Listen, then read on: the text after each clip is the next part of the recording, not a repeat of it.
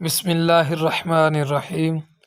اللہ تبارک و تعالیٰ کے صفاتی نام یا واجدو کے فضائل سماعت فرمائیے۔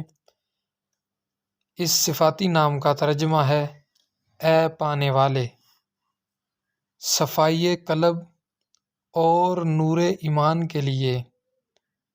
جو شخص کھانے کے دوران ہر ایک 2 لقمہ کے بعد اس کو پڑھ لے تو انشاءاللہ العزیز دل میں وجد پیدا ہوگا اور معرفت کا مقام حاصل ہوگا، اور جس شخص کی شادی نہ ہوتی ہو وہ اسے 1414 مرتبہ سوتے وقت پڑھے، انشاءاللہ العزیز شادی اس کی ہو جائے گی۔